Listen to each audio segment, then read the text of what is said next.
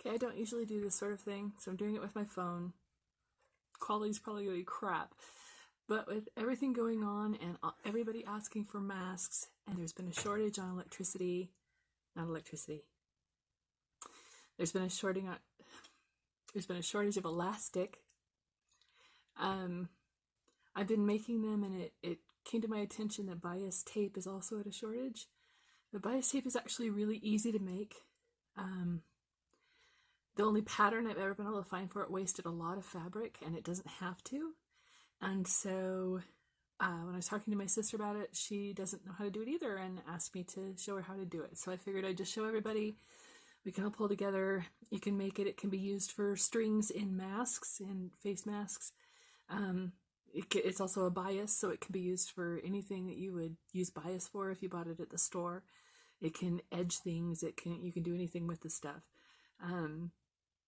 So I figured I'd just do a video, show how to make it without wasting any fabric at all. I hope it's helpful. You know, once you know how to do it, you can do it with any cotton woven fabric.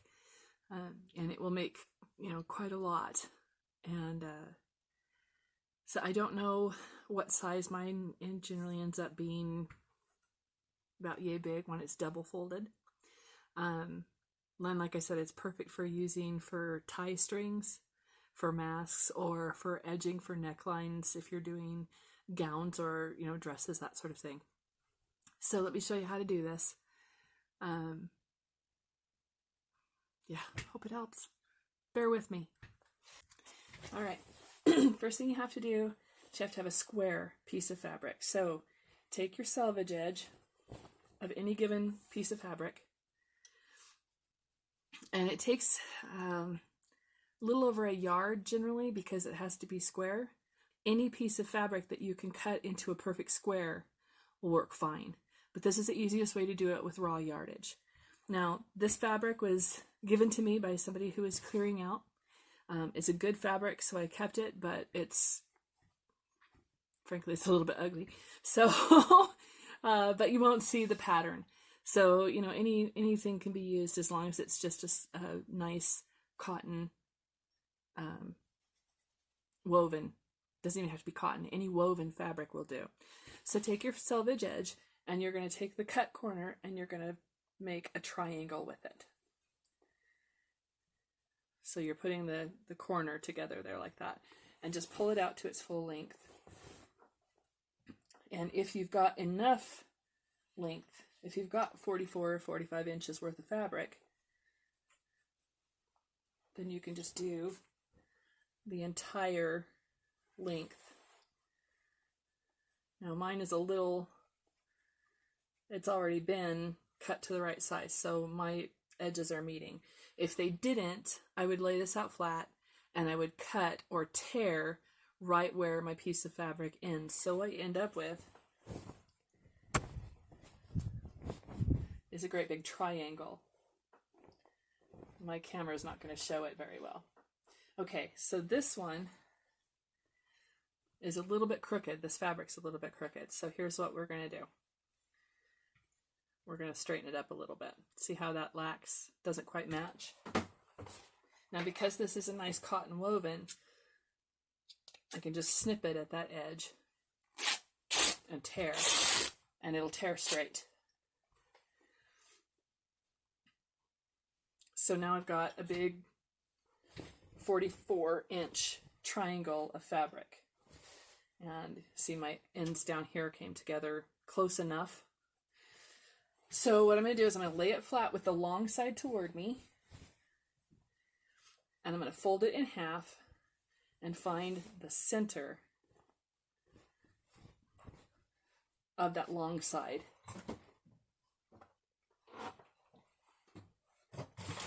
And I'm going to pin it if I can find my pins. Okay, so I'm going to pin it so I know right where that center is. You got to have the center because that's how you find your bias.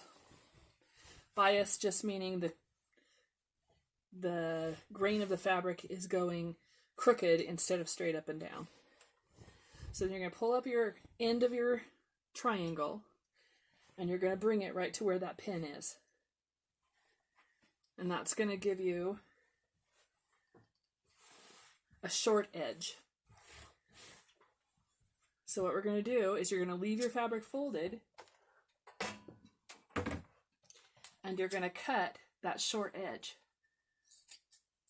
Don't take your fabric apart after it's cut just yet, because you still need this piece here.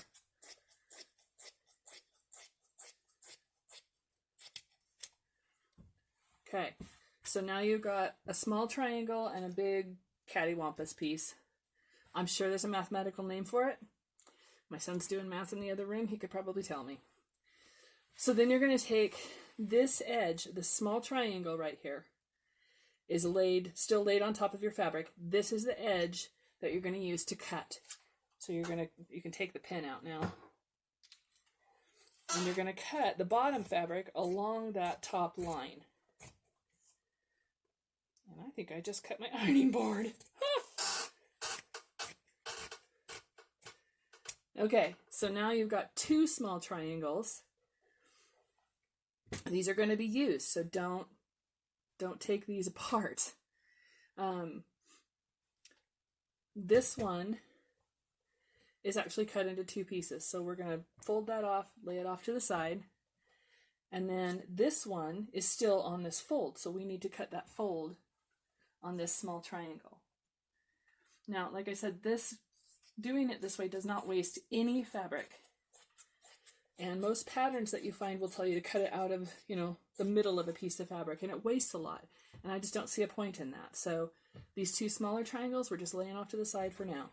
This big one, which isn't really a triangle, this is going to be the main bias. So we're going to cut this on that fold line, on that, what was the long edge of that triangle.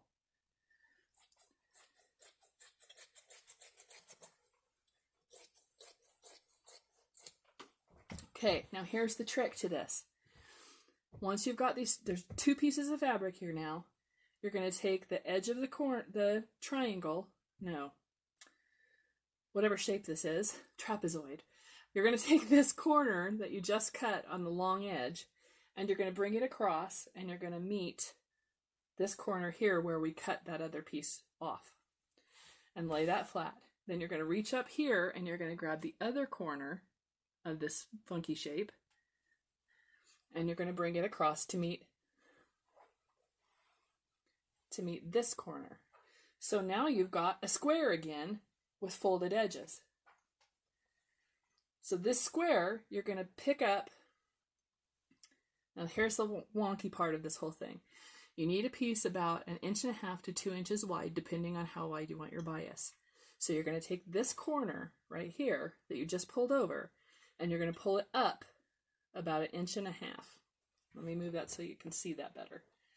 So you're going to pull this up like 1.5 inches. So it's off center that far or so. Then you're going to take this piece and fold it up, and this piece and fold it up, and bring them together and pin it.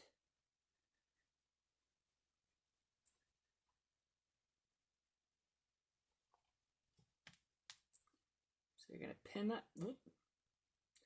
You're going to pin this piece right here. Then you're going to pick this up with those two edges together. Let's move that one out of our way for now. So where you just pinned and you've got that off kilter like that, you're going to pin all along this edge. Now this is what you're going to do for both of these big pieces. And again, in a few minutes when we use those triangles, you're going to use this same way of doing it.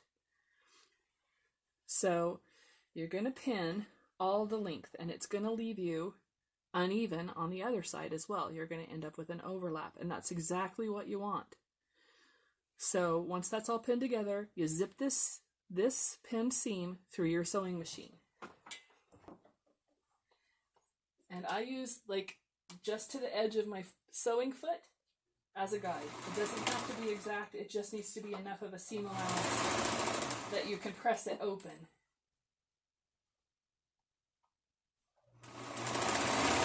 So 1/4 inch is plenty, 1/2 inch is even better.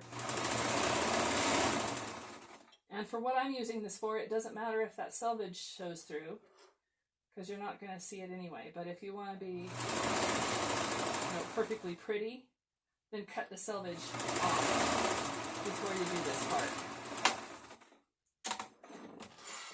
Okay, so what you've got now is a tube. Let me adjust this up. My camera's slipping a bit.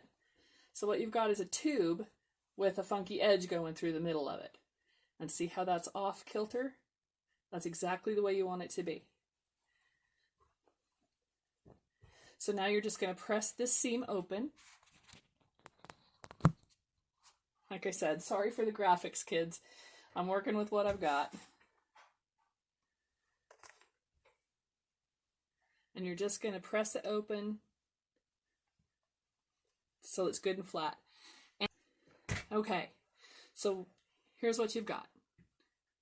You've got an edge that's off on both ends of that, and you've got a funky tube.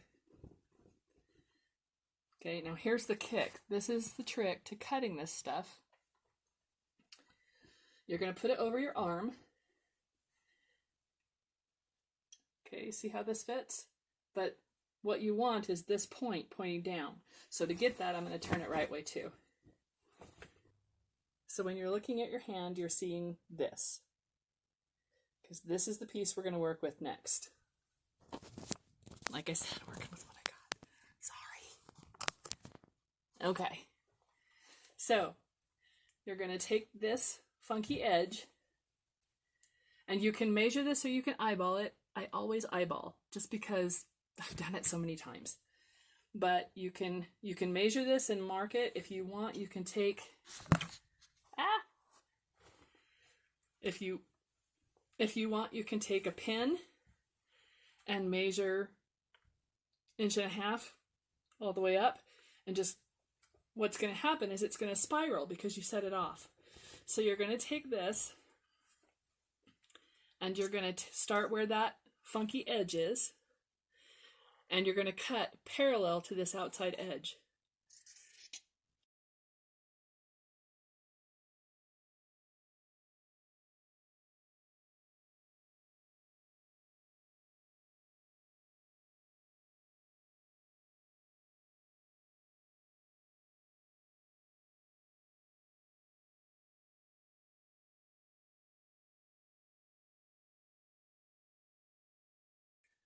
See what's happening here? I'm meeting, well, there's a little bit of overlap. Let's just cut that little piece off. So as I get to the end, I end up, so now I've got one long string. Occasionally when you're cutting, you'll get to the end and it'll do something like this and kind of taper off to nothing because the fabric isn't exactly the right perfect size, or you need to cut it a little bit bigger. So in that case, all that you do is wait until you can see the obvious taper right there and just cut it off right where it starts to be too skinny to use. Now here's the part that's kind of hard, because this is where your fingers can get burnt. I don't have a bias tape maker. You can buy one. They're a little piece of metal about yay big, and they fold this over for you. I've never needed one, because all you do is you fold in the two edges like this, meet somewhere in the center, and you're just going to hold it and you just press it down. Now it's going to take a second. You got to be a little slow with this part, because the better that you iron it, the more sturdy it will be. It won't come apart as easily. So you iron a bit, get it good and creased, and then scoot down. And after you've done this for a while, it gets to the point where you can just pinch it together in the center and just move your iron down it as you pinch.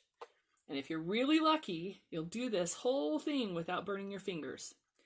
I have never been really lucky yet. So don't yank it out a lot, but you can pull it out a little bit to help straighten it out.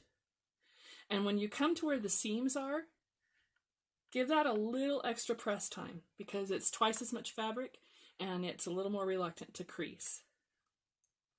So this being done, you have your single fold bias. That's all it takes to do that. And then what you can, sew with it as the pattern calls for, or if you're making, like I am doing, if you're just making ties for masks or ties for clothing or ties for whatever, you just take this and you fold it double like that and sew it down this side.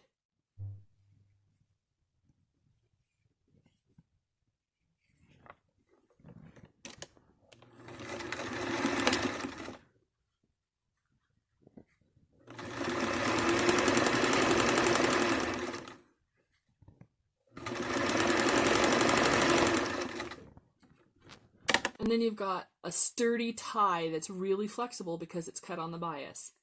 So that is all it takes to make bias tape.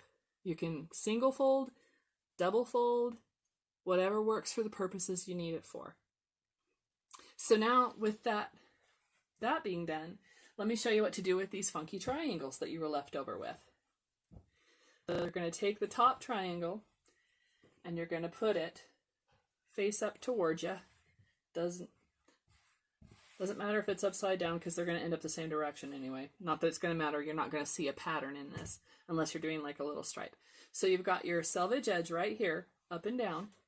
Then you're going to take the other triangle and it's cut the same, okay?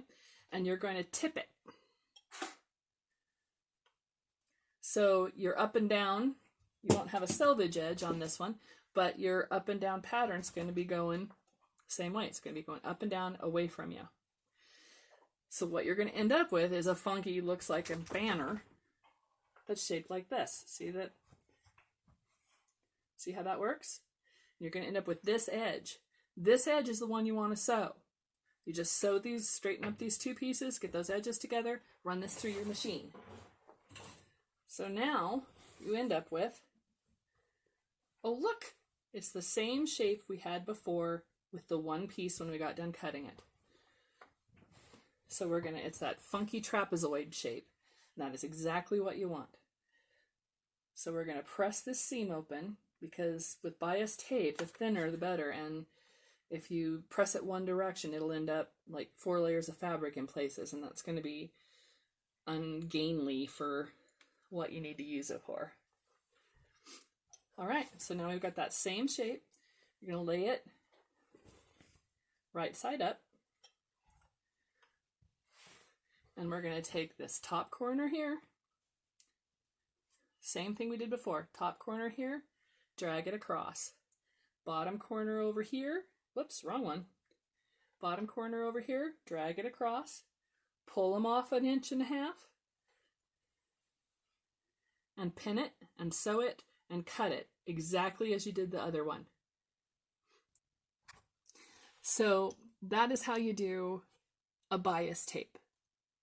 It's easy. It seems complicated because the word bias and you're having to, cut things crooked, and with a pattern, it's really, really hard. But when you do it this way, you just end up with yards and yards and yards. Like I said, I ended up, I think, with 48 yards of bias tape out of a 45-inch square of fabric. That will do a lot of edging, and it makes a lot of ties for face masks. Even if you're doing like hospital gowns, it's great edging because you can put it around the neck and just leave an extended piece at the edge and it becomes a tie. You just sew it shut on that double fold and you're set. So good luck if you're doing masks for people that need them right now. God bless you. And, let's all stick together. But I hope you found this useful. So I'd be happy to answer any questions. Leave them in the comments. Yeah, good luck. Thanks for watching.